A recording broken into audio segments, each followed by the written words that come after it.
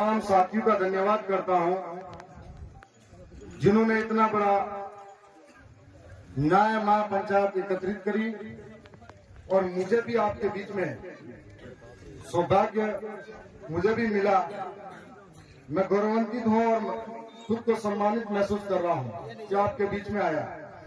साथ में मैं मेरी विधानसभा दरियावत के मेरे तमाम कार्यकर्ताओं का, वहां की जनता का धन्यवाद करता हूं जिनकी वजह से विधायक बना हूं और आपके बीच में आज इस न्याय महापंचायत में बोल रहा हूं। यहां बैठे तमाम नौजवान युवा साथी, इज्जतदार बुजुर्ग, माता बहने, आप सबको मेरी ओर से जय जोहार, जय भीम, जय भीम। साथ में इस मंच पर जो हमारे महापुरुषों की तस्वीरें लगी हुई है उनको भी मैं नमन करता हूं। मैं आज आप सबने अपनी अपनी बात बारी बारी से रखी और जो मेरे पास रिपोर्ट आई है इनको देखकर दिल दहला उठता है कि वास्तव में आजाद भारत के अंदर आज भी एसटी एससी माइनॉरिटी के साथ में इस तरह का अत्याचार चल रहा है। ऐसा लगता है कि एक तरीके से जो आजादी हमको मिली थी वो गोरे अंग्रेजों से मिली थी, लेकिन काले अंग्रेज आज भी हमारे बीच जिंदा है। और आज मैं आपके बीच में बताना चाहूंगा, इस भीलवाड़ा की धरती पर पूर्व मंत्री राणा पुंजा सिंह के अंदर जो मूर्ति कार्यक्रम था वहां पर एक बार मैं दर्शन करके गया था।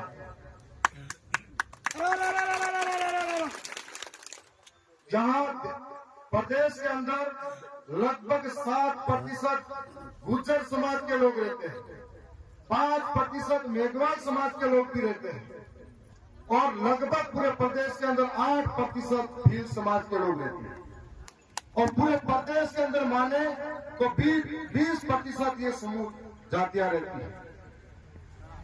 और अगर जिले की बात करें तो भीलवाड़ा के अंदर लगभग 35% गुर्जर समाज के लोग रहते हैं, लगभग 30% भील समाज के लोग रहते हैं और लगभग 20% मेघवाल समाज के लोग रहते हैं, एससी समाज के लोग रहते हैं।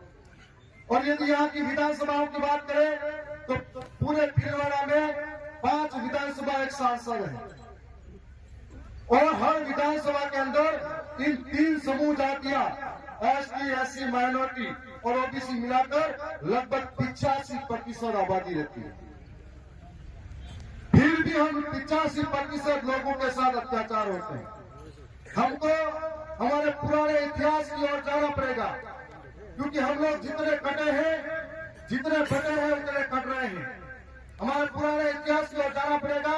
जब सामंतवादी जमींदारी और ब्राह्मणवादी सोच के साथ में हमारे लोगों के साथ अत्याचार होता था तो भगवान देव नारायण जी के द्वारा एक बहुत बड़ा आंदोलन चलाया जा रहा था और उस आंदोलन के अंदर हम भीलों ने सबसे बड़ा सहयोग दिया था।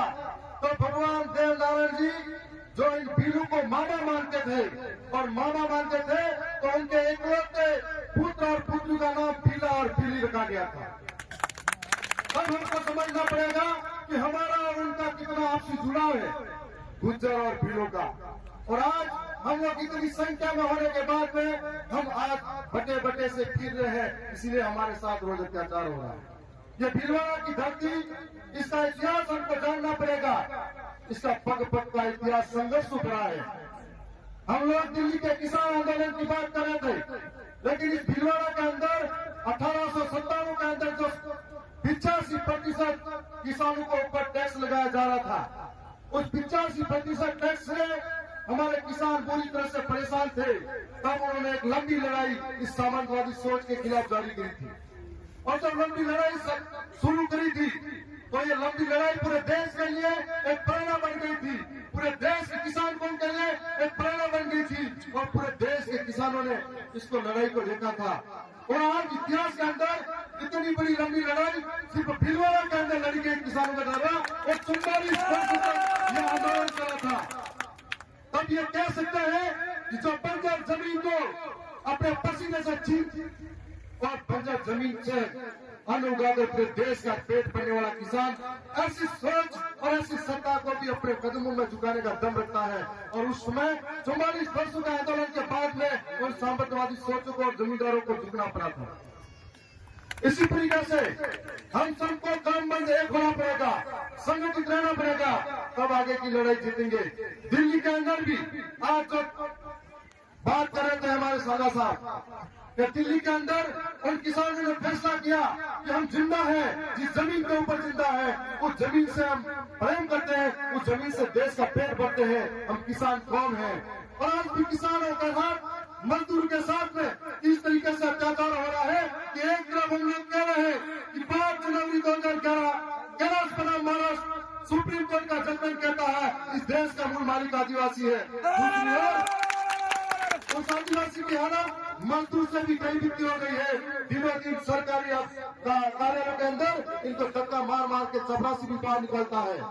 जो किसान अन्न उगाकर देश का पेट भरता है, उस किसान का बेटा इस बॉर्डर की रक्षा करने के लिए शहीद हो जाता है, उस किसान के साथ में दुर्व्यवहार होता है, किसान कर्ज के अंदर दब जाता है, सरकारें ध्यान नहीं देती है, किसान आत्महत्या के लिए मजबूर हो जाता है, किसानों को ठगा जाता है। तब ऐसे दिल्ली के अंदर किसान इकट्ठा होते हैं, तानाशाही अंधी और पैरी गूंगी सरकारों के कान के पर्दे खोलने के लिए दिल्ली की सड़कों की सीमाओं के ऊपर जम जाते हैं। हजार तरह के षड्यंत्र होते हैं इनके आंदोलन को कुचलने के लिए, कई साजिशें होती हैं, परंतु वे लोग हार नहीं मानते हैं। लगातार कई लोग अपनी कुर्बानी देते हैं और कुर्बानी देने के बाद में उस तानाशाही जो शासक था उसको भी किसानों के पैरों में झुकना पड़ा और काले कानून वापस लेने पड़े। तो आज हम सब इस बात को कहना चाह रहे हैं कि हमारे साथ अत्याचार रोज हो रहे हैं। कभी अहमदाबाद बंबई में मजदूर करने वाले किसान मजदूर भाइयों के साथ होते हैं, तो कभी हमारे साथ में अन्य तरीके से होते हैं। सरकारें भी हमारे साथ भेदभाव करती हैं। आप सबने देखा होगा कि किस तरीके से हम सबकी जमीनें लूटी जा रही है, जंगल को छीना जा रहा है सरकारों द्वारा, कभी विकास के नाम पर, कभी डैम बनाने के नाम पर, कभी खनन के नाम पर सिर्फ और सिर्फ आदिवासियों की जमीनें जा रही हैं। और इस तरीके से यदि हम सब संगठित होकर नहीं लड़े, आपस में बढ़ते गए, तो 25% 15% लोग फायदा उठाएंगे। आज ऐसी समाज के साथ में रोज अत्याचार होता है, लेकिन जो अत्याचार करने वाले लोग हैं उसको मजबूत करने वाले लोग भी ऐसी समाज के लोग हैं।